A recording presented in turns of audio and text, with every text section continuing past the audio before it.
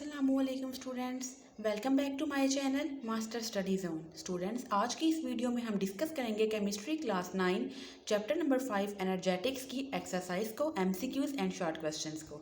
Students, हमने अपनी previous video में डिस्कस किए थे चैप्टर 5 एनर्जेटिक्स के जो चैप्टर वाइज एक्सरसाइज होती हैं, हमने उनके आंसर्स को डिटेल से डिस्कस किया था। आज हम डिस्कस करेंगे एक्सरसाइज के शॉर्ट क्वेश्चंस को एंड एमसीक्यूज को।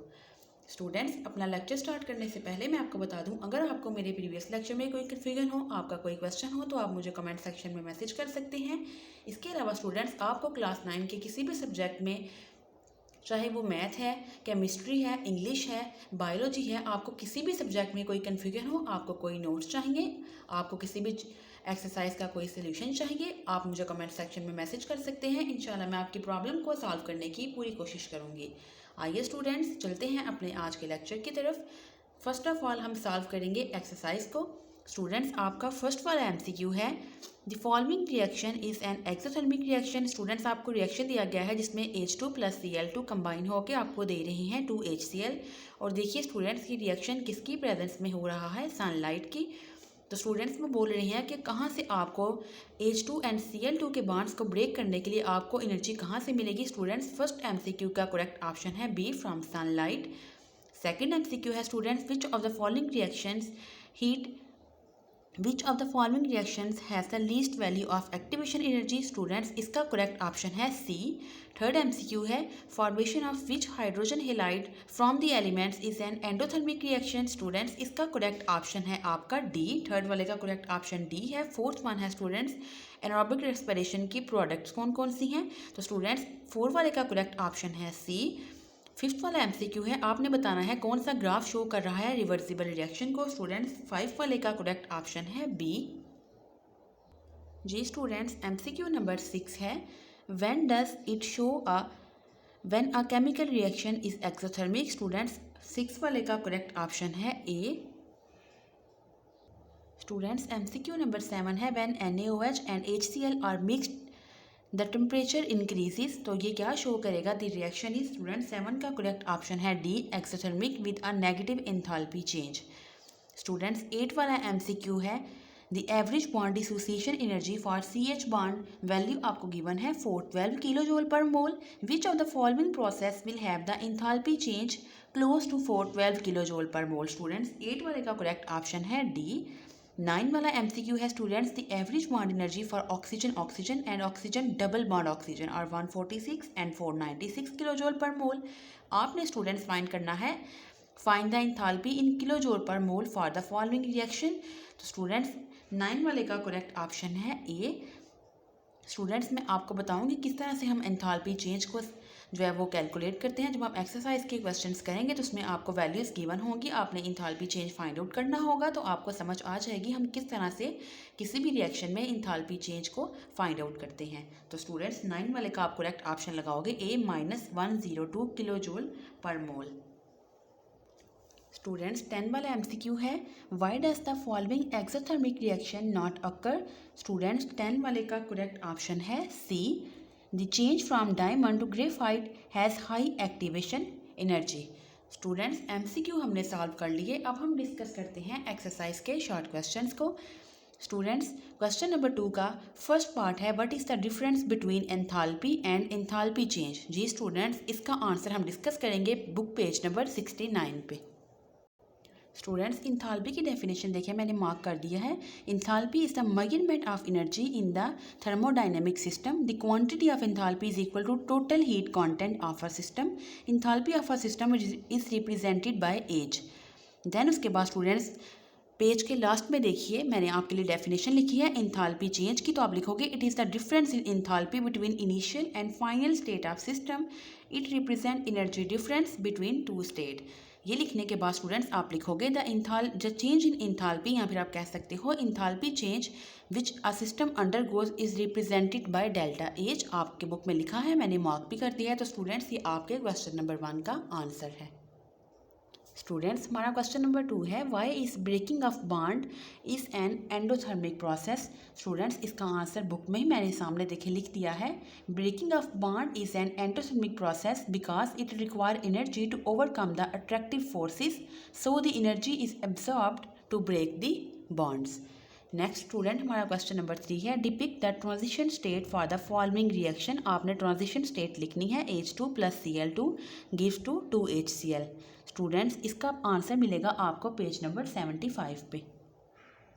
जी स्टूडेंट्स आप देखिए यहाँ पे ऐसे लिखेंगे H डॉटेड बॉन्ड Cl, नीचे भी आप लिखेंगे H डॉटेड बॉन्ड Cl। अब देखिए स्टूडेंट्स सबसे पहले तो आपके H और Cl के बॉन्ड बने हुए थे, तो आप क्या लिखोगे यहाँ पे देखिए। अब जो H और जो Cl बॉन्ड है वो आपके बॉन्ड ब्रेक होंगे, और जो H और Cl है इनके दरमियान में आपस में बॉन्ड बनेंगे। तो स्टूडेंट्स आप ये लिखने के बाद लिख दोगे H bond H is partially broken, फिर आप लिखोगे Cl बॉन्ड भी लिखोगे आप पार्शली ब्रोकन, और देन उसके बाद आप लिखोगे H bond Cl bonds are partially formed. ठीक है स्टूडेंट्स, जो H और Cl बॉन्ड है वो ब्रेक होंगे और जो HCl बॉन्ड है वो फॉर्म होंगे। तो स्टूडेंट ट्रांजिशन स्टेट वो स्टेट होती है जिसमें जो अभी ना ही कम्प्लीटली न्यू बॉन्ड बने होते हैं और ना ही कम्प्लीटली जो आपके पहले वाले बॉन्ड है वो ब्रोकन हुए होते हैं। मीन्स कि ये ऐसी स्टेट है जिसमें पार्शली बॉन्ड की फॉर्मेशन भी हो रही है और पार्शली बॉन्ड की ब्रेकेज भी हो रही है। जी स्टूडेंट्स हमारा नेक्स्ट क्वेश्चन है, what is the role of glycogen in our body. Students मैंने इसका आंसर देखें बुक पे ही लिख दिया है। Glycogen is a complex carbohydrate stored in liver and muscles, it serve as a energy reserve. ये आपकी एनर्जी को बॉडी में स्टोर करके रखता है। It help to store blood sugar, ये आपकी एक्सेस जो ब्लड शुगर होती है उसको स्टोर करता है, पर जब आपको ज़रूरत पड़ेगी तब ये बॉडी में रिलीज़ करेगा। देन उसके बाद देखिए स्टूडेंट्स ये कंट्रोल करता है आपके ब्लड शुगर लेवल को and store excess glucose. Then उसके बाद देखिए it produce energy for muscle contraction. जी स्टूडेंट्स ये आपके क्वेश्चन नंबर 5 का आंसर है। स्टूडेंट्स हमने क्वेश्चन नंबर 2 कंप्लीट कर लिया। नेक्स्ट हम डिस्कस करते हैं क्वेश्चन नंबर 3 को, कंस्ट्रक्टिव रिस्पांस क्वेश्चंस को। स्टूडेंट्स आपको एक टेबल दिया गया है, आपने बताना है कि फिजिकल चेंज एक्सोथर्मिक है या फिर एंडोथर्मिक है। स्टूडेंट्स फर्स्ट वन है conversion of hydrated salt into anhydrous salt. अब देखिए स्टूडेंट्स हाइड्रेटेड साल्ट मीन कि इसमें आपने वाटर को डिजॉल्व किया है, एनहाइड्रस मीन कि आपने इसमें से रिमूवल ऑफ वाटर डिहाइड्रेशन करवाई है। तो आप लिखोगे it is an endothermic reaction, it involves loss of water. Next है स्टूडेंट्स बर्निंग ऑफ पेपर। तो आप जब पेपर को बर्न करोगे ये एक्सोथर्मिक रिएक्शन होगा, इसमें आपको हीट रिलीज मतलब कि हीट मिलेगी, इसमें हीट रिलीज होगी। नेक्स्ट है स्टूडेंट वेपोराइजिंग लिक्विड नाइट्रोजन। तो ये भी एंडोथर्मिक रिएक्शन है, इसमें भी एनर्जी रिक्वायर्ड होगी फोर्सेस को ओवरकम करने के लिए। नेक्स्ट है students evaporation of dry ice. तो स्टूडेंट्स ये भी एंडोथर्मिक प्रोसेस है, इसमें भी हीट एब्जॉर्ब होगी जब आपने आइस की क्या करवानी है, इवेपोरेशन। नेक्स्ट है students conduction of electricity bye metals. अब स्टूडेंट्स इसमें थोड़ी सी कन्फ्यूजन है conduction of electricity bye metals में कि ये तो एक्सोथर्मिक रिएक्शन है, लेकिन स्टूडेंट्स अब ये डिपेंड करता है कि ये कुछ रिएक्शन स्पॉन्टेनियस हैं, कुछ नॉन स्पॉन्टेनियस हैं, कुछ में हमें जो है वो हीट जो है वो खुद प्रोड्यूस होती है और कुछ रिएक्शंस में हमें इलेक्ट्रिसिटी प्रोवाइड करनी पड़ती है। तो लेकिन स्टूडेंट्स इसमें आप बेसिक लिख दोगे कंडक्शन ऑफ इलेक्ट्रिसिटी हो रही है मेटल के थ्रू, तो ये एक एक्सोथर्मिक रिएक्शन है, इसमें हीट प्रोड्यूस होगी। नेक्स्ट है student dissolving ammonium chloride in water. Students ये एंडोथर्मिक रिएक्शन है, इसमें भी हीट एब्जॉर्ब होती है। Formation of rain from clouds. Students ये कंडेंसेशन इसमें हो रही है वाटर वेपर्स की इनटू लिक्विड्स में। Formation of rain from clouds में कंडेंसेशन होती है वाटर वेपर्स की टू लिक्विड फॉर्म में। तो स्टूडेंट्स जब भी वेपर्स कंडेंस होकर दोबारा लिक्विड फॉर्म में आते हैं तो ये एक एक्सोथर्मिक रिएक्शन होता है, इसमें हीट रिलीज होती है। लास्ट वन है students dissolving sodium carbonate in water. Students ये एक्सोथर्मिक रिएक्शन है, इसमें भी हीट रिलीज होगी। जी स्टूडेंट्स हमारा क्वेश्चन नंबर 2 है explain why the reaction between atmospheric gases. उन्होंने स्टूडेंट्स आपके से क्वेश्चन ये पूछा है कि ऑक्सीजन और नाइट्रोजन दोनों गैसेस एटमॉस्फेयर में प्रेजेंट हैं, बट ये नॉर्मल कंडीशन में आपस में रिएक्शन नहीं करती, but in the presence of lightning. लेकिन जैसे ही जो है बादल के जो गरजते हैं और स्टूडेंट्स जो लाइटनिंग प्रोड्यूस होती है, जो चमक प्रोड्यूस होती है, उससे क्या होगा कि दोनों आपस में गैसेस मिलेंगी और आपको देंगी NO। तो स्टूडेंट्स आपने बताना है कि the reaction stop as soon as the lightning stop. जैसे ही जो बिजली चमकना बंद होगी तो जो ये रिएक्शन है ये भी बंद हो जाएगा। तो स्टूडेंट्स इसकी रीज़न क्या है?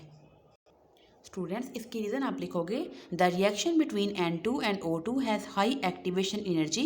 यानी कि स्टूडेंट्स नाइट्रोजन का ऑक्सीजन का रिएक्शन करवाने के लिए आपको बहुत सारी एनर्जी की ज़रूरत पड़ती है, यानी कि उसकी एक्टिवेशन एनर्जी की वैल्यू बहुत मैक्सिमम है। और स्टूडेंट्स, एक्टिवेशन एनर्जी क्या होती है? Minimum amount of energy which is required to convert reactant into products.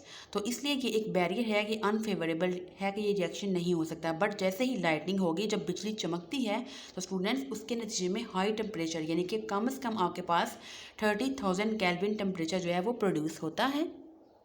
तो स्टूडेंट्स, इतना टेम्परेचर इनफ है कि एनर्जी बैरियर को ओवरकम करे और आपका रिएक्शन अकर हो जाए। फिर उसके बाद आप दोबारा क्वेश्चन पे आएँ तो स्टूडेंट्स आप स्टार्ट से ही लिखोगे।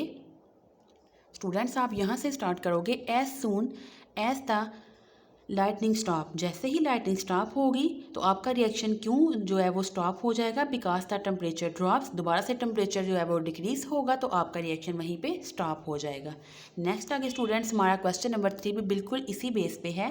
वो कहते हैं कि जो नेचुरल गैस है CH4 and the atmospheric oxygen does not take place when you mix them as soon as you show a burning match. Students वो कहते हैं कि जो मीथेन और ऑक्सीजन है, जैसे ही आप इनको थोड़ा सा भी आप इसको इग्निशन देंगे, मैच स्टिक से आप इसको बर्न करोगे, तो वो इमीडिएटली जो है वो रिएक्शन स्टार्ट हो जाएगा। फिर वो कंटिन्यू रहेगा जब तक इसमें से एक भी रिएक्टेंट जो है वो यूज़ अप कम्प्लीटली ना हो जाए। स्टूडेंट्स इसकी रीज़न देखो आप क्या लिखोगे।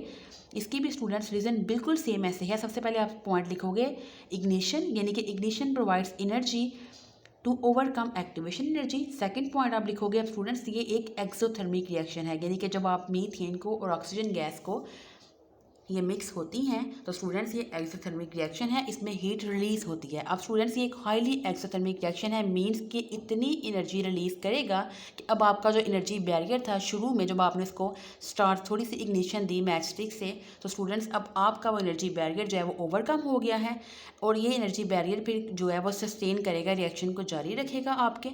फिर उसके बाद स्टूडेंट्स आप स्टार्ट में बुक से ही लिखोगे, देन इट कंटिन्यूज, फिर आपका रिएक्शन कंटिन्यू रहेगा until one of both of the reactant are used up, जब तक कि आपका एक या दोनों रिएक्टेंट कंप्लीटली यूज नहीं हो जाते। स्टूडेंट्स हमने अपने क्वेश्चन नंबर 3 के भी कंप्लीट शॉर्ट क्वेश्चंस को डिस्कस कर लिया है। So students this was all about our 2 days lecture. Hopefully आपको आज के लेक्चर की अच्छे से समझ आ गई होगी। फिर भी स्टूडेंट्स आपका कोई क्वेश्चन हो तो आप मुझे कमेंट सेक्शन में मैसेज कर सकते हैं। इंशाल्लाह स्टूडेंट्स हम नेक्स्ट वीडियो में डिस्कस करेंगे चैप्टर 5 के descriptive question and investigate question को। स्टूडेंट्स आपको मेरी वीडियो अच्छी लगे, वीडियो को लाइक करें, शेयर करें, मेरे चैनल को सब्सक्राइब कर लें ताकि इस तरह के इन्फॉर्मेटिव लेक्चर्स आप तक पहले पहुंच सकें। मिलेंगे स्टूडेंट्स इंशाल्लाह एक नेक्स्ट वीडियो में एक नए टॉपिक के साथ। तब तक के लिए अल्लाह हाफिज़।